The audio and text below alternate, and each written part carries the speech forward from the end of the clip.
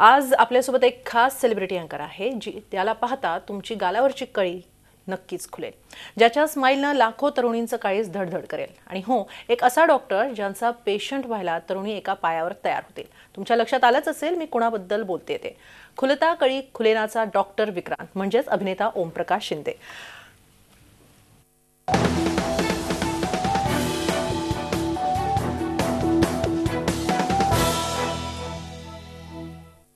ओमप्रकाश, तुमचं झी24 तासच्या स्टुडिओमध्ये खूप खूप स्वागत आहे। तुमच्याशी बऱ्याच गप्पा मारायच्या आहेत, पण त्याआधी आता आपण बातम्यांकडे वळूया। प्रेक्षक तुम्हाला माहित आहे का की तुमच्या जेवणाच्या थाळीत चिमूटभर विष असू शकतं, म्हणजे तुम्ही तुमच्याच हातांनी हे विष आपल्याच प्रियजनांना वाढत असण्याची शक्यता आहे। काय आहे हा प्रकार नेमका, यावरच आता हा विशेष वृत्तांत। देशभरातल्या कित्येक शहरात आयोडीन रहित मीठ विकलं जात असल्याची माहिती समोर आली आहे। अन्न आणि औषध प्रशासन विभागाच्या मुंबईतल्या पथकानं माझगावमधल्या एका मीठ पुरवठादाराकडून असं 11 टन आयोडीन रहित मीठ जप्त केलंय। हमें ऐसी इन्फॉर्मेशन मिली थी कि कुछ नमक जो है बिना आयोडीन के भी बेचा जा रहा है, तो सैंडर्स रोड पे रावजी सॉल्ट सप्लायर्स जो है इनके ऊपर हमने छापा मारा था और वहाँ पे लगभग 11 टन का नमक जो है वो हमने बरामद किया है, जिसमें हमें डाउट है कि उसमें आयोडीन नहीं है। मानवी शरीरासाठी आयोडीनचं महत्त्व लक्षात घेऊन मीठ विकण्याआधी ते प्रक्रियेद्वारे आयोडीन युक्त करण्याचं सरकारनं बंधनकारक केलंय। गर्भवती महिला आणि लहान मुलांसाठी आयोडीन युक्त मीठ विशेष महत्त्वाचं आहे। तसेच शरीर आणि मेंदूच्या विकासाकरताही आयोडीन युक्त मीठ अत्यंत महत्त्वाचं आहे।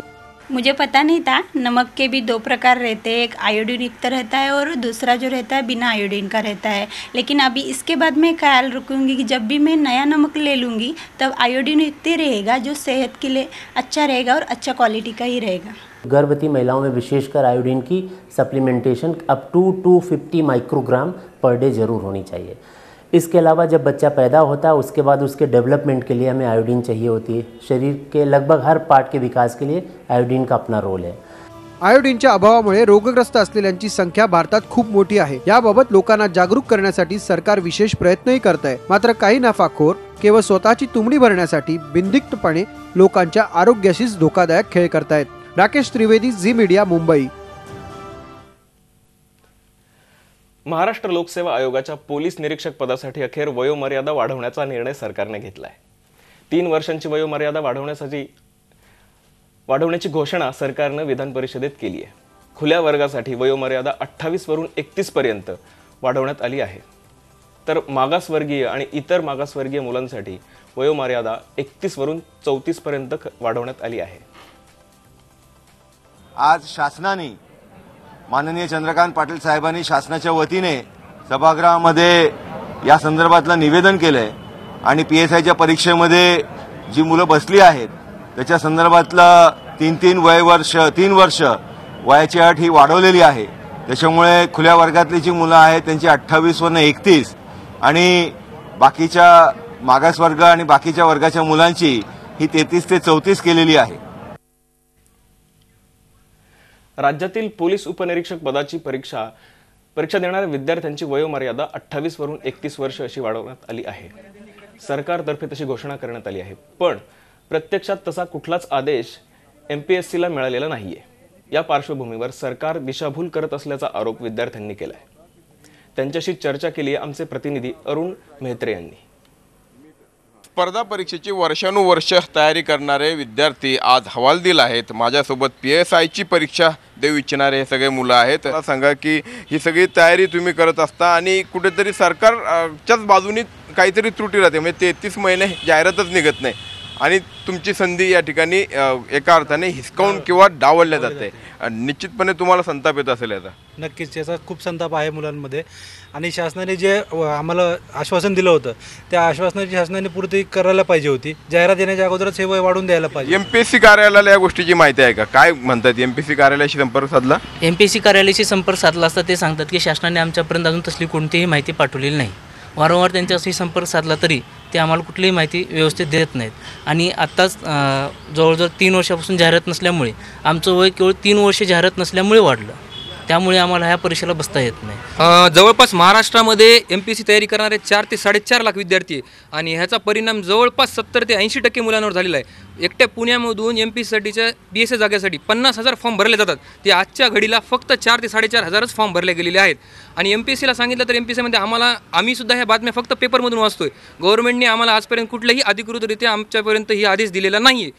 व्हिडिओ जर्नलिस्ट नितीन सांडवरसह अरुण मेहत्रे, जी मीडिया, पुणे.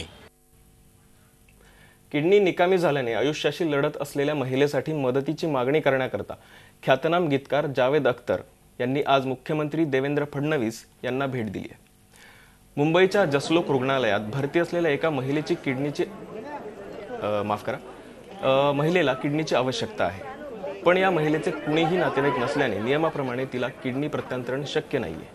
तेव्हा या प्रकरणी काहीतरी मदत करावी अशी मागणी जावेद अख्तर यांनी मुख्यमंत्र्यांकडे केली आहे. नातेवाईक नसल्याने पीडित महिलेला कुणीही किडनी दान करू शकत नसल्याने कायद्यातील ही अडचण दूर करण्याची मागणी त्यांनी केली आहे. हम समझते हैं कि ऑर्गन डोनेशन जो है वो उसमें कंपैशन भी एक जो ह्यूमैनिटेरियन ग्राउंड है उसको भी पूरी तरह से समझा जाना चाहिए. जैसे अभी एक महिला है, उनका नाम लेना ठीक नहीं है, अब वो किडनी उनकी फेल हो गई, लेकिन ये कि उनका कोई रिश्तेदार नहीं है. तो अब जो जानने वाले हैं, जो मोहब्बत करने वाले हैं, उन्हें चाहते हैं, जो उनके करीब लोग हैं वही कर सकते हैं, मैं ब्लड रिलेटिव नहीं है. तो इसमें हम यही चाहते हैं कि इस तरह के जो केसेस हैं उन्हें ठीक से देखा जाए और अगर उसमें कोई पैसा इन्वॉल्व नहीं है, कोई प्रेशर इन्वॉल्व नहीं है तो परमिशन मिलनी चाहिए. कागदावर प्रिंट उमटवणारा प्रिंटर आपण सर्रास वापरतो, मात्र वस्तू बनवणारा प्रिंटर तुम्ही पाहिलाय का? मुंबईतल्या IIT टेक फेस्टमध्ये असा 3D प्रिंटर ठेवण्यात आलेला आहे.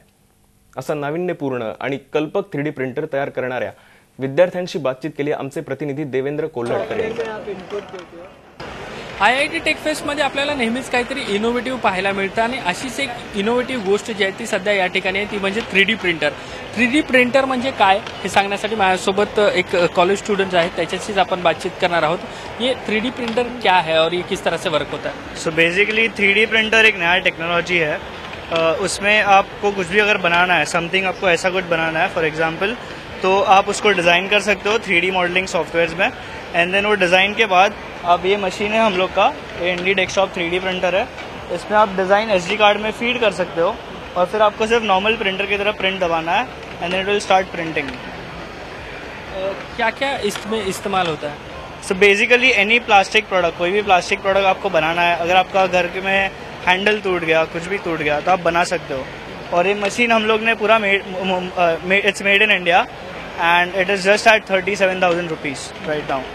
सो बहुत अफोर्डेबल है लोगों के लिए. और कुछ भी अगर आपको क्रिएटिव बनाना है, मेकर्स लोग हैं, उनके लिए बहुत फ़ायदे वाला मशीन है. किस तरह से इसमें ये चीज़ें बनती है? सो इसमें क्या होता है, बेसिकली आप जब प्रिंट दबाते हो तो एक एक लेयर करके वो आपका मटेरियल ड्रॉप होता है एंड एक एक लेयर से प्रिंट होता है. सो बहुत सिंपल टेक्नोलॉजी है. बेड पे मटेरियल जाएगा एंड वो लेयर बाय लेयर आपका प्रिंटिंग करेगा. कितना यूजफुल ये है सबके लिए? So basically it is very useful right now for design companies and students for understanding concepts. अगर कोई स्टूडेंट को ये कंसेप्ट समझना है कैसे डिज़ाइन हुआ है तो वो प्रिंट कर सकता है एंड वो उसके कंसेप्ट को समझेगा एंड देन उसके एक्चुअल एप्लीकेशन में अप्लाई कर सकता है. Thank you. व्हिडिओ जर्नलिस्ट संदेश बैकरचा, देवेंद्र कोल्हटकर, झी मीडिया, मुंबई. सलग 3 वेळा मानाचा महाराष्ट्र केसरी किताब पटकावणाऱ्या विजय चौधरी याला सरकारी नोकरी देण्याबाबत उशिरा का होईना पण सरकारला जाग आली आहे. विजय चौधरीला नोकरी देण्याची घोषणा मुख्यमंत्र्यांनी विधानसभेत केली आहे. नोकरी देण्यासंबंधीचे नियम तयार करायचे असल्यामुळे विजय चौधरीला नोकरी देण्यात विलंब झाल्याचा खुलासा मुख्यमंत्र्यांनी यावेळी सभागृहात केला. विजय चौधरीच्या उल्लेखनीय कामगिरीकरता मुख्यमंत्र्यांनी अभिनंदनाचा ठराव मांडला होता आणि विधानसभेतल्या सर्व सदस्यांनी त्याचं अभिनंदन केलं. दरम्यान मुख्यमंत्र्यांच्या घोषणेनंतर विजय चौधरीने आनंद व्यक्त केला. त्याच्याशी बातचीत केली आमचे प्रतिनिधी अमित जोशी यांनी. So basically 3D printing is not a new technology. 3D printing is already there. 3D printing is a very simple technology. Maharashtra Kesari Vijay Chaudhari आपल्या बरोबर आहेत. काय सांगाल, महाराष्ट्रभरातून तुमचं अभिनंदन होतच आहे. आज या विधिमंडळामध्ये तुमचं अभिनंदन करण्यात आलं. काय आपली पहिली प्रतिक्रिया? प्रतिक्रिया म्हणजे मी आज पहिल्या वेळेस बघतो की कुस्तीला इतकं मोठं प्रेम आहे. कारण की सगळे म्हणजे सिंपल माणूस म्हणजे ग्रामीण भागातला माणूस तो कुस्तीला ओळखतोच, पण आज सगळे आमदार लोक जे म्हणजे आज सत्तेवर आहेत ते सगळे माझं अभिनंदन करतात. मला याचा खूप अभिमान वाटतोय. आणि आज मी इथे नागपूरमध्ये येऊन मला जे नोकरीचं मुख्यमंत्री साहेबांनी सांगितलं की 2-3 दिवसात तुझं चांगल्या पदावर तुझी नियुक्ती केली जाईल, तर ते ऐकून सुद्धा अभिनंदन होतो. पण आता नोकरीचं आश्वासन दिलेलं आहे. तुम्हाला कुठल्या ठिकाणी नोकरी करायची इच्छा आहे किंवा कुठलं शासकीय पद तुम्हाला हवंय, कुठल्या विभागाला, याचा काही विचार केला का तुम्ही? मी तसा काही विचार केला नव्हता. कारण की मी फक्त एकच विचार केला होता की सरकारने चांगल्या म्हणजे महाराष्ट्र केसरी हा खूप चांगल्या मोठ्या पदाचा दावेदार असतो, त्याला पूर्ण महाराष्ट्र ओळखतो. तर एक चांगल्या कोणत्याही खात्यामध्ये चांगल्या प्रकारचा म्हणजे क्लास 1 क्लास 2 ची नोकरी दिली पाहिजे. मला पुन्हा एकदा खूप खूप शुभेच्छा आणि अभिनंदन. धन्यवाद. व्हिडिओ जर्नलिस्ट रत्नशीलसह अमित जोशी, झी मीडिया, नागपूर. त्याने आपल्या पायाने नुसते चित्रांमध्ये रंग भरले नाही, तर खऱ्या अर्थाने आपल्या आयुष्यातही रंग भरले. आम्ही बोलतोय ते परभणी आपल्या रोजच्या आयुष्यात अनेक आव्हानं पेलत आहे आणि आयुष्य खऱ्या अर्थाने जगतोय.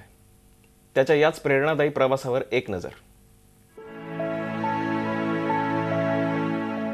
आयुष्यातल्या नकारात्मक आणि वाईट गोष्टी आपण एक एक करून काढून टाकल्या तर आपोआप आपल्या आयुष्यात चांगल्या गोष्टींसाठी जागा तयार होते. आणि हाच मंत्र आपल्या आयुष्यात फॉलो करणारा परभणीचा एक हरहुन्नरी मुलगा म्हणजेच योगेश खंदारे.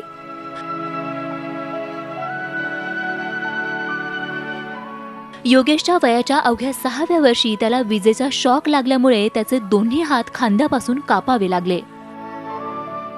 आणि त्यानंतर सलग 1-2 वर्ष दुःखात गेल्यानंतर किती काळ असंच दुःख करत राहायचं हा विचार त्याच्या कुटुंबियांनी केला आणि याच विचारातून त्यांनी योगेशला सकारात्मक मार्ग दाखवला.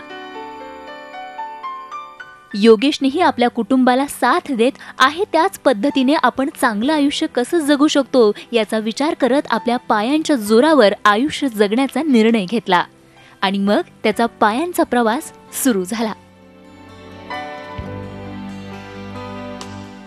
मग पायाने लिहिणं, कॅरम खेळणं, चित्र काढणं, स्वतःची तयारी करणं, अगदी कपड्याला इस्त्री करणं, आईला घरकामात मदत करणं, सारं काही योगेश आवडीने करू लागला. चित्रकलेत तर तो इतका रमला की त्याने अनेक चित्रकला स्पर्धांमध्ये बाजीही मारली. नाटकात काम करण्यापासून ते अनेक शालेय कार्यक्रमात योगेश हिरिरीने भाग घ्यायचा आणि अनेक पुरस्कारही पटकवायचा. इतकंच नाही तर चॅलेंज म्हणून पायाने गाडी चालवायलाही तो शिकला आणि गाडी घेऊन मोठ्या शानमध्ये तो रोज आपल्या कॉलेजमध्येही जायला लागला. योगेशचा हाच आत्मविश्वास वाढावा म्हणून त्याच्या वडिलांनी त्याला आर्थिक व्यवहारही शिकवले आणि त्यानंतर अगदी ATM मधून पैसे काढण्यापासून सारं काही योगेशला जमू लागलं. जिद्द, आत्मविश्वास आणि चिकाटी याच्या जोरावर हात नसतानाही योगेश आज अभिमानाने त्याचं स्वावलंबी आयुष्य जगत आहे. आपल्या स्वतःच्या आयुष्यातील अनुभवांचा दुसऱ्यांनाही फायदा व्हावा यासाठी तो आत्महत्येचा विचार करणाऱ्या शेतकऱ्यांसमोर, शालेय विद्यार्थ्यांसमोर आपले प्रेरणादायी अनुभव मांडतो.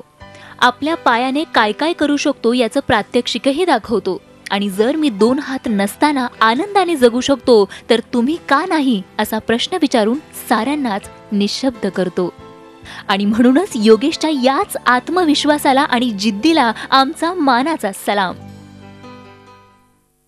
प्रत्येकाने जर आत्मविश्वास वाढवला ना तर काही पण करू शकेल.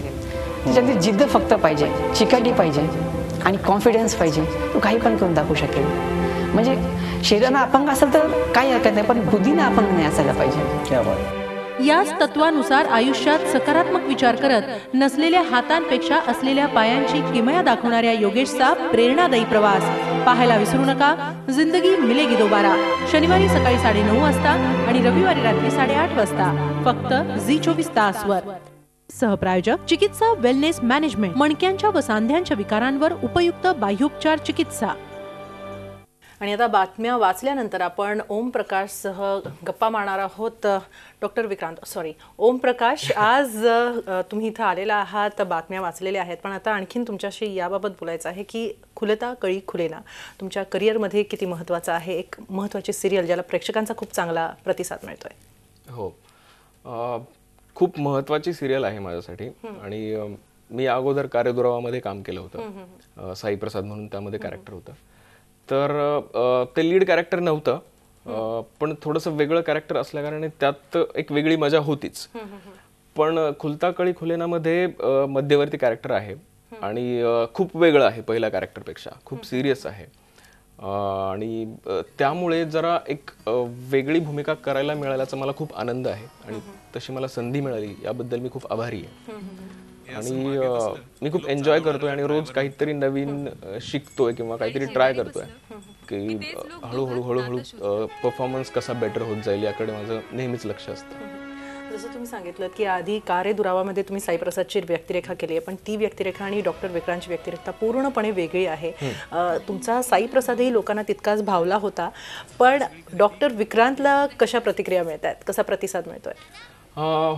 चांगलाच प्रतिसाद आहे. म्हणजे लोक भेटतात आणि सांगतात की पहिलं तर विचारतात की तुम्ही खरंच डॉक्टर आहात का.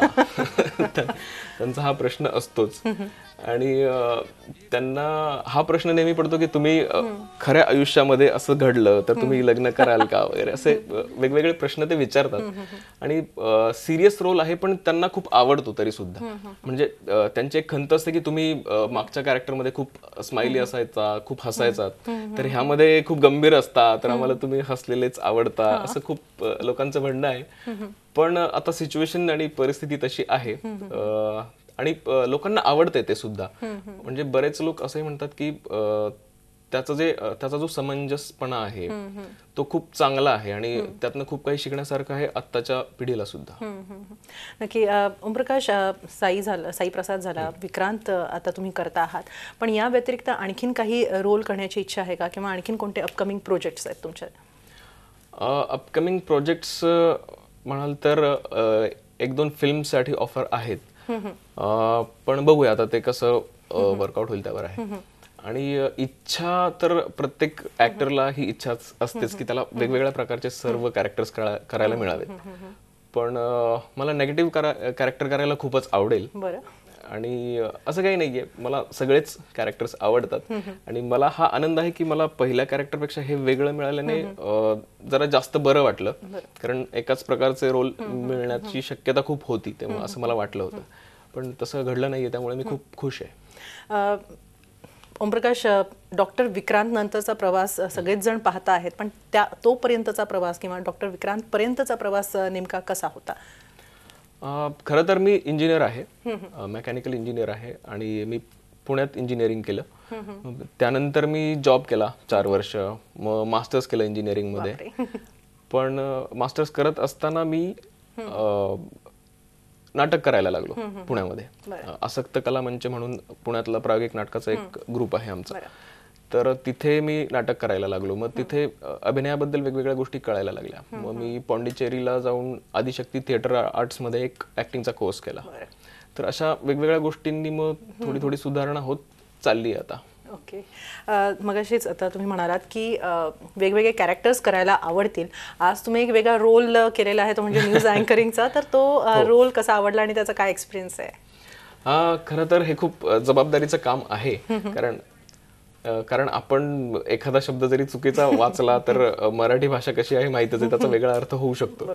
त्यामुळे खूप जबाबदारीचं काम आहे आणि खूप अटेंटिव्ह असावं लागतं, वेगवेगळ्या गोष्टींकडे लक्ष द्यावं लागतं, इथे लक्ष द्यावं लागतं. तर इंटरेस्टिंग आहे. पण सुरुवातीला थोडं वाटलं, पण नंतर आय वॉज एन्जॉयिंग इट, मजा आली. आम्ही सुद्धा तुमच्याबरोबर या बातम्या बऱ्याच एन्जॉय केलेल्या आहेत. काही सिरियस मोडच्या होत्या, पण तरी सुद्धा तुम्ही खूप छान वाचल्यात, आमच्याबरोबर त्या बातम्या शेअर केल्यात, त्याबद्दल खूप खूप धन्यवाद. आणि खुलता कळी खुलेनाच्या पुढच्या यशासाठी, पुढच्या वाटचालीसाठी, तुमच्या वाटचालीसाठी आणि करिअरसाठी झी 24 तासकडून खूप खूप शुभेच्छा. खूप खूप धन्यवाद. आणि याबरोबरच या खास कार्यक्रमामध्ये आज इथंच थांबूया. मात्र ताज्या बातम्यांसाठी पाहत राहा झी 24 तास, रहा एक पाऊल पुढे.